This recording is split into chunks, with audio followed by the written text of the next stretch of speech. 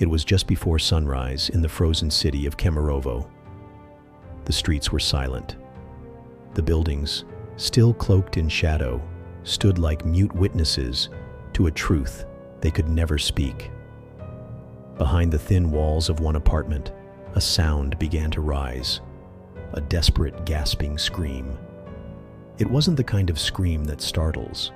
It was the kind that lingers, that grows louder with each second, breaking against the walls like waves crashing through silence. Neighbors stirred. Lights flicked on.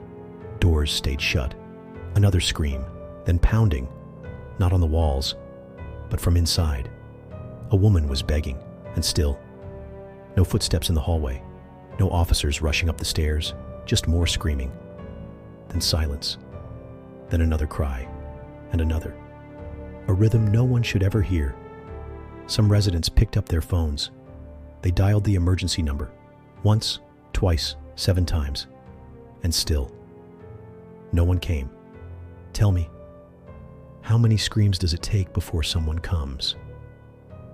In one apartment, a man pressed his ear to the wall, paralyzed. On the other side, the sounds were getting worse. Not just shouting, but thuds, gasps, muffled sobs, glass shattering. A heavy object dragged across the floor. He called again.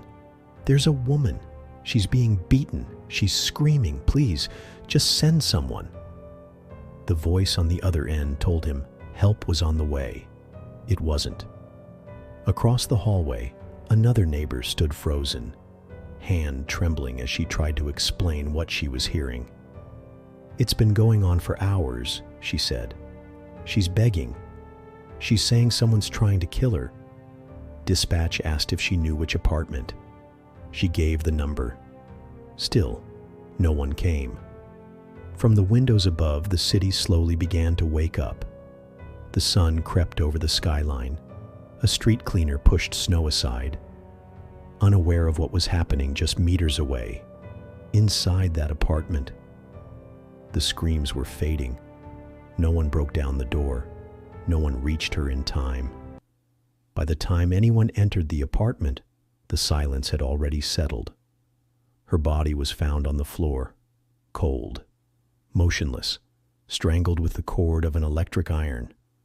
Her face bruised beyond recognition, her hands marked with wounds that showed she fought back until there was nothing left to fight with. The man who did it? Still inside, not hiding, just waiting. She had called him once someone she loved. That night, he became her executioner. 7 calls, 3 hours of torture, 1 life lost. The police never arrived, not until it was too late, and the world wouldn't have known her name.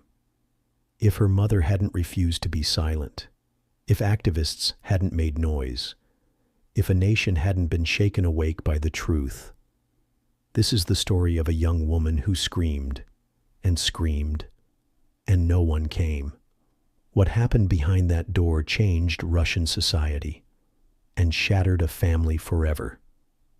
If you believe stories like Vera's need to be heard, hit the like button and share this video to help us honor her memory. Before her name appeared in headlines, before people marched with candles and photographs of her smile. Vera Yevgenyevna Pektelova was just a daughter, a friend, a girl who used to sing. She grew up in the mining town of Kiselevsk, a place layered in coal dust and long winters, but also one where people knew their neighbors and families stuck together. Her mother, Oksana, described her as the kind of child who never needed to be told twice, always ready to help, always kind. Her voice, soft in conversation, transformed when she sang. By age 7, she was taking vocal lessons, not because someone made her, but because she wanted to. She sang at school concerts, birthday parties, even in the living room, for relatives who begged her to do just one more. But singing wasn't just performance. It was her language, her release, her way of shaping something beautiful out of the ordinary. There were nights she and her mom would cook together, barely speaking, just humming. Just humming the same tune, moving in sync. The connection between them was unspoken, but deep. When Vera's mother remarried, she adapted with grace. She never made it difficult. She understood that love can take different forms, and she welcomed it when it was good. Vera's stepfather recalled how she joined their family trips, always carrying a journal and her favorite headphones. But she had dreams that stretched beyond their town, dreams that didn't smell like coal or sound like machinery.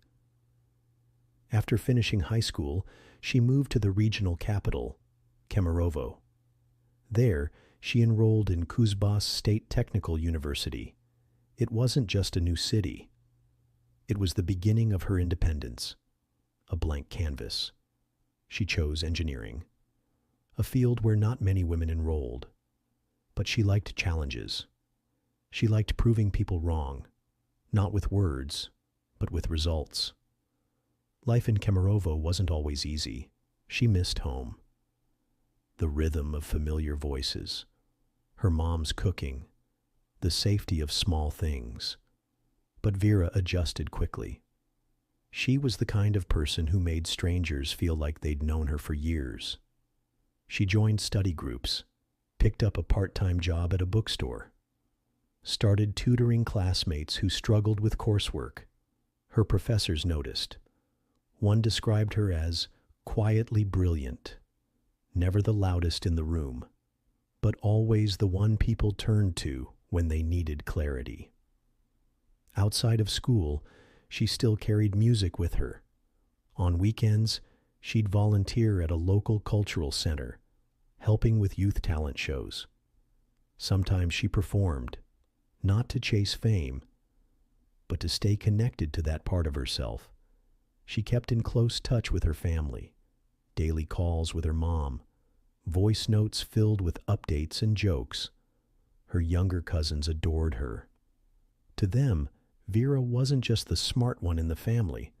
She was the kind one, the one who listened, the one who remembered birthdays without needing a reminder.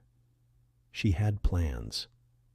After graduation, she wanted to travel, maybe teach, maybe open something of her own someday. Her friends said she talked often about building a life she could be proud of, one that balanced freedom, purpose, and peace. She wasn't chasing luxury. She was building stability, slowly, carefully, with intention. This wasn't just a victim. This was a woman who had everything to live for, the kind of person the world never gets enough of. And it's because of that, because of who she was, that her story still matters. She wasn't loud. She didn't beg for attention. But when she screamed, it should have been enough. Vladislav Kanyas wasn't someone Vera had been searching for. He was simply there, familiar, a face she saw often in their neighborhood in Kiselevsk. They crossed paths at a mutual friend's gathering, a casual conversation that led to coffee, then long walks, and eventually a quiet understanding. They were a couple. It wasn't dramatic or passionate at first. It felt safe. Simple. Two young people trying to find direction in a town where most people stayed put. When Vera moved to Kemerovo to attend university, Vladislav followed not long after. They found a small apartment on Leningradskaya Street and began living together, shared groceries, shared rent, shared plans. He wasn't as ambitious as she was. Vera had a schedule, a future to chase. Vladislav drifted, temporary jobs, late mornings, empty afternoons. But at first she didn't mind. Everyone had their own pace, she told herself. Relationships aren't perfect. The first time he got upset over nothing, she brushed it off. He'd had a rough day. She excused the sharpness in his tone. The second time, it was over a friend liking her photo online. "You post too much," he said one night, tossing his phone on the table. "You like when people look at you, don't you?" She laughed it off. tried to make light of it, but his expression didn't change. The next morning, she wore something different, a little less bright. A little less her. As the months passed, small things started to vanish. First, her weekend outings with classmates. Then, her phone calls became shorter. Some texts were never answered. Not because she didn't see them, but because she didn't want to deal with the questions. "Why didn't you reply last night?" he would ask. Not as a question, but as a quiet accusation. He didn't yell, not yet. He withdrew. He sulked. He stared. And when she smiled at someone in passing, he noticed.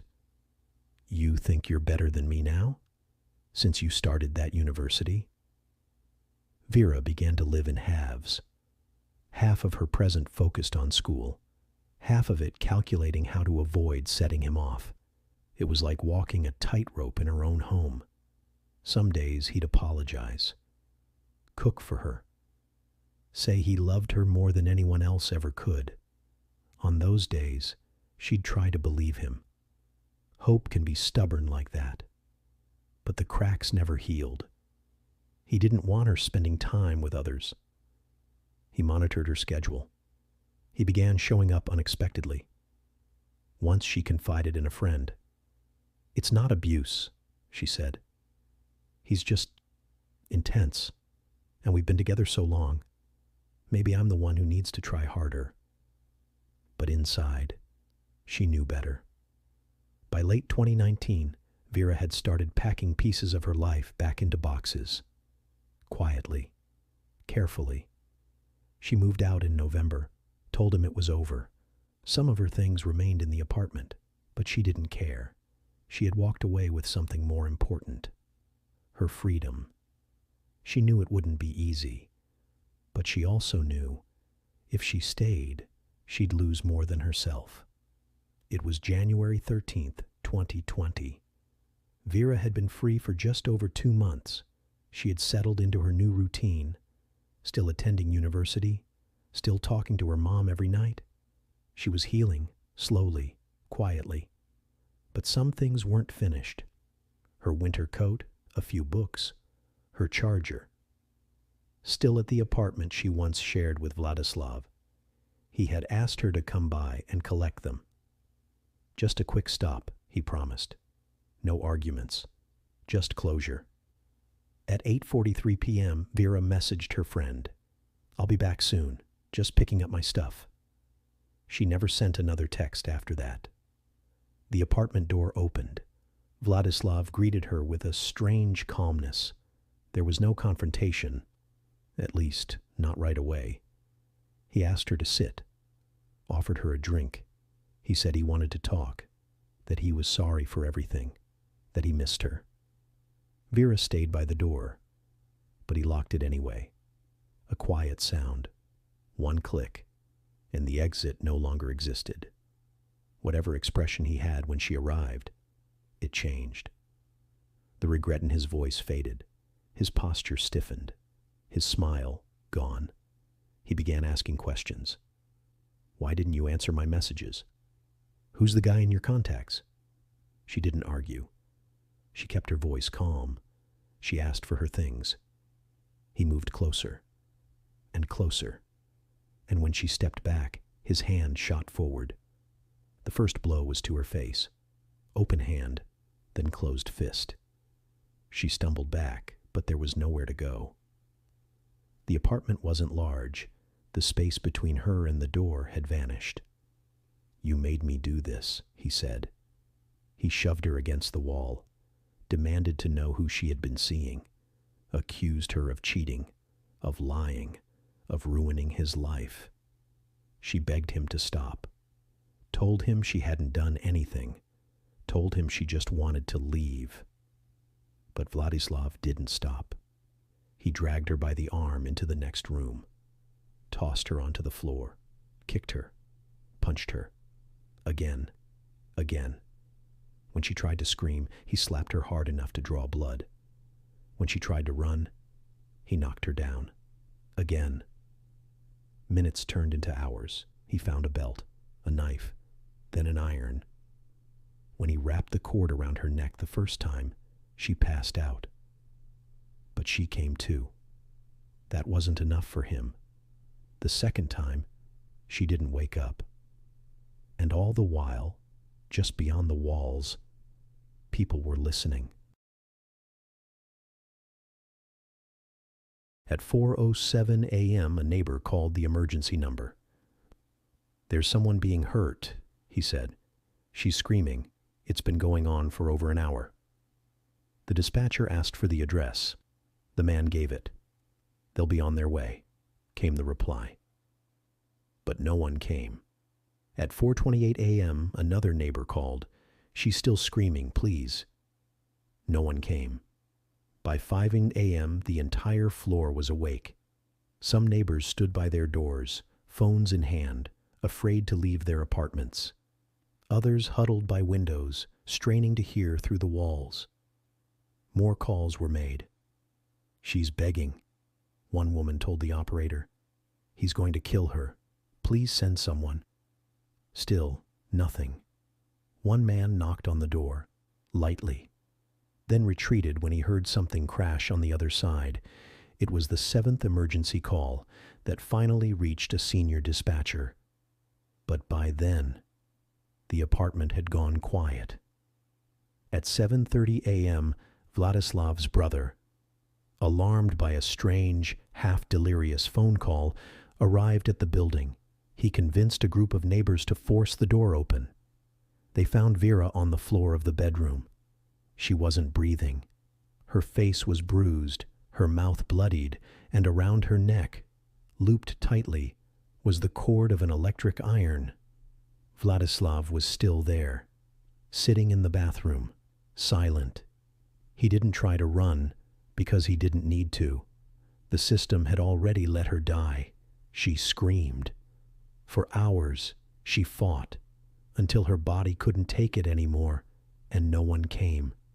Can you imagine hearing someone scream for hours and knowing help isn't coming? Let us know your thoughts in the comments. What would you have done? The door cracked open with a sharp, splintering snap. It wasn't the police who forced it. It was the people who lived closest to the screams, the ones who had waited too long already. Inside, the apartment was still, the kind of stillness that doesn't come with peace, but with absence. Vera lay on the floor. Her body was curled slightly, knees tucked as if she'd tried to shield herself. Her hair was matted with blood. Her neck bore the marks of what had ended her life. The thick, coiled cord of an iron still wound around it. One of the neighbors dropped to their knees. Another turned away and vomited in the hallway. Vladislav sat in the bathroom, slumped, elbows on his knees, knife still in hand. He said nothing. He made no attempt to flee, no explanation, no apology. When the police finally arrived, he didn't resist. He barely spoke. It was as if everything that had happened was already behind him. For everyone else, it had just begun. Oksana Pikteleva got the call just after 9 a.m. At first it didn't make sense.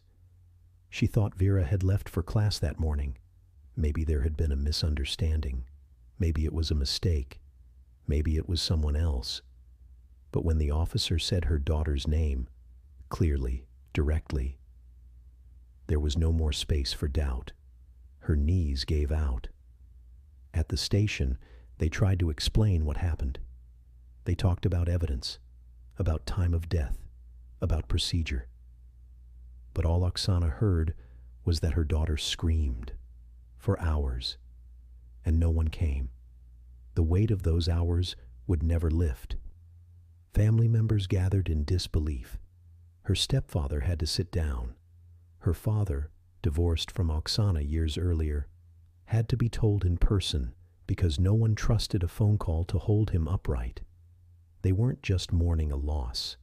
They were confronting a system that had failed at every level. By afternoon, Investigators from the regional department were on the scene.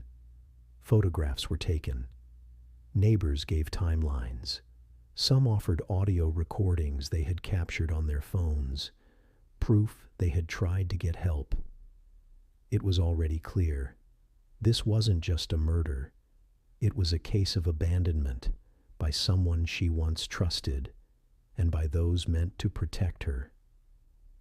The investigation began the same morning Vera's body was discovered. Vladislav Kanyas was taken into custody on the spot.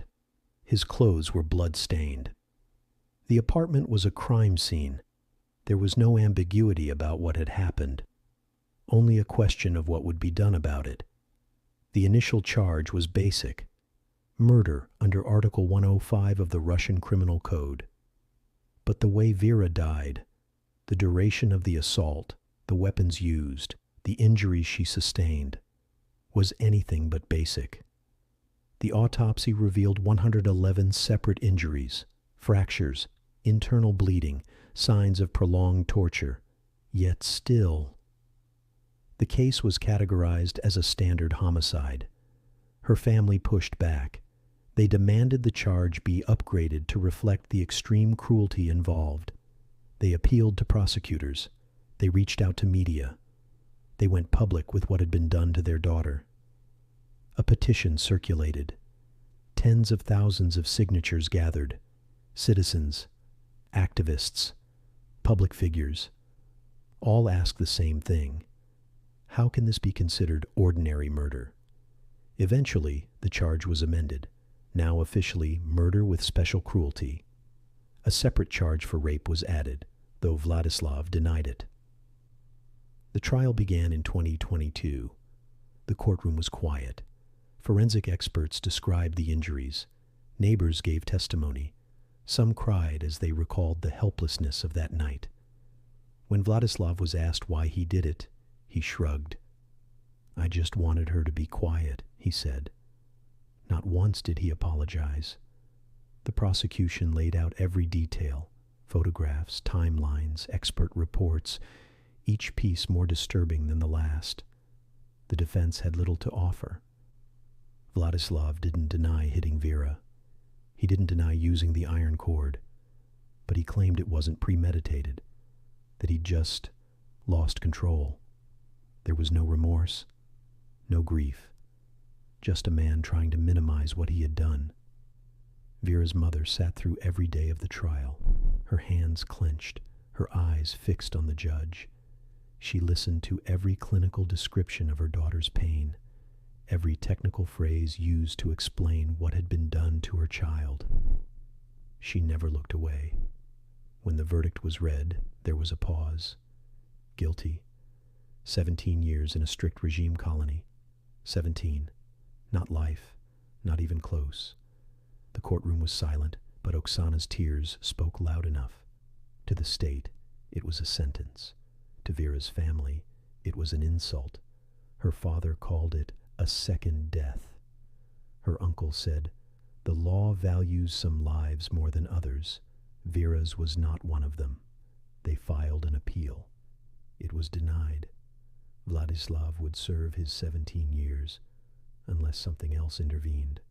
For the family, it wasn't about punishment. It was about recognition, about the truth being named for what it was. 17 years, for a life taken piece by piece, scream by scream. Do you think 17 years was enough? Type justice for Vera in the comments if you believe she deserved more. The emergency number was called more than 7 times, 7 separate moments, when someone dialed, waited, and trusted that help would come.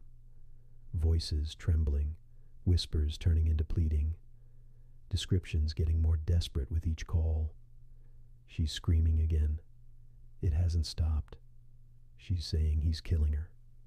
Each call was recorded, each one logged, and each time the response was the same. "We're sending someone." No one came. The residents of that building were not indifferent. They stayed up all night. They pressed their ears to the walls. They knocked softly, then backed away in fear. Some tried to call again and again, just to be sure the message was heard.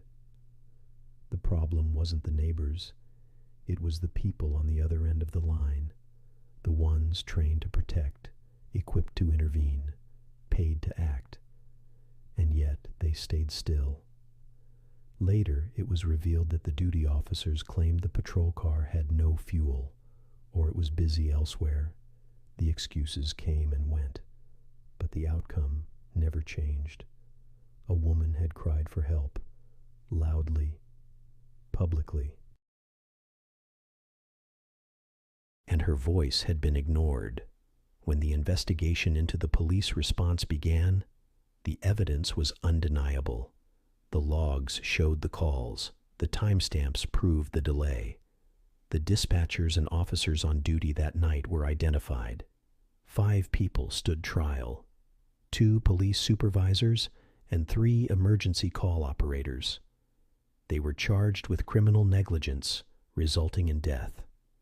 The hearings didn't last long. Each one admitted they had received calls. Some said they thought someone else had sent a unit. Others said they didn't believe it was that serious. Not one of them took full responsibility.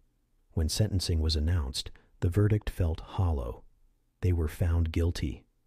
But none would serve a single day behind bars. Suspended sentences. 18 months for some, 2 years for others. Vera's family sat in court again, listening, watching, as those who could have saved her were told they could go home. Her mother wept outside the courthouse. "They get to go on with their lives," she said. "My daughter doesn't even have one anymore." The irony was impossible to ignore. The people entrusted to respond didn't. And the punishment they received was a warning on paper, nothing more. Vera screamed, her neighbors called. The system stood still. For weeks, the case stayed local. One more tragedy in a quiet corner of Russia. A name, a face, a story, repeated in small articles, known mostly by those who lived nearby. But silence couldn't hold it. In early 2021, nearly a year after Vera's death, her mother spoke publicly. She shared what had happened. Not just the murder, but the calls, the unanswered cries, the indifference. And then something shifted. An activist named Alyona Popova posted Vera's story online. Within hours, it spread like fire. People read the details in disbelief. 7 emergency calls, 3 hours of screaming, no police. Hashtags began to trend. Justice for Vera. Her screams weren't enough. Journalists picked it up. Regional news turned national, then international. Celebrities added their voices. A pop singer, a state Duma deputy, comedians, influencers. They all said the same thing. This should never have happened. Tens of thousands signed petitions demanding accountability, not just for the killer, but for the officers who did nothing. Vera's face, once known only to her family and friends, was everywhere. Her story was being told, not as a statistic, but as a warning, a cry to fix what had been ignored for too long. People weren't just outraged, they were ashamed. Comment sections filled with stories, women recalling their own close calls, parents terrified for their daughters, strangers apologizing to a family they had never met. One comment read, "She did everything right. She left. She asked for help. And still, she died." Another, "We didn't fail her as a society. We erased her while she was still alive." There were no protests in the streets. Russia doesn't allow that easily. But the digital space became a memorial and a battleground. Videos circulated of candlelight vigils, of classmates standing in silence at her university. A mural went up on the side of a building. Just her name, her eyes, and the date she was taken. The outrage wasn't just about Vera. It was about how many women suffer quietly, about how many voices go unheard, about how safety isn't promised. not even when you scream for it. She was no longer just a victim. She became a mirror, forcing people to look at the systems around them and ask why they are so often silent when it matters most. And that silence, finally, was breaking. In early 2023, Vera's mother received a message from an unknown number. Attached was a photograph of a man in military fatigues, holding a rifle, standing among others in a muddy field. The face was blurred, but the body language, the build, the shape of the mouth, it looked familiar, too familiar. The message read, "He's alive, and he's fighting in Ukraine." At first, Oksana thought it was a cruel hoax, a sick attempt to stir up pain that had barely begun to settle, but her instinct told her otherwise. She began making calls. Eventually, the truth surfaced. In April 2023, by presidential decree, Vladislav Kanyus, the man who beat, tortured, and strangled her daughter, had been granted a full pardon in exchange for volunteering to fight in the war. The government had partnered with military units to recruit prison inmates, killers, robbers, repeat offenders. Men sentenced to years behind bars were being offered freedom if they agreed to serve on the front lines. Kanyus took the offer. He walked out of prison, not even a year into his sentence. The 17-year punishment erased, and with the pardon came full legal immunity, not just from prison but from financial obligations as well. The damages he had been ordered to pay Vera's family were wiped clean. The justice they fought for in court vanished with a signature. Her killer was now a soldier. Oksana sat in silence. She had buried her daughter. She had endured the trial. She had sat across from the man who showed no remorse. She had accepted the sentence, even if it felt too light. But this was something else. "I don't sleep anymore," she told a reporter later. "He's free. What if he comes back?" Her fear wasn't just for herself, but for the memory of Vera, that even in death, her daughter wasn't safe from being forgotten. The news spread quickly. Independent journalists confirmed the pardon. Legal analysts called it outrageous. Human rights advocates demanded answers. The public outcry reignited. Only now, it wasn't just Russians who were watching. The international press picked up the story. Outlets across Europe and North America ran headlines. "Convicted killer released to fight in war. Justice exchanged for manpower. Murderer pardoned under Russian frontline recruitment." In forums and comment sections, one question kept repeating, was this justice served or justice stolen? The irony cut deep. A woman died because no one came when she begged for help.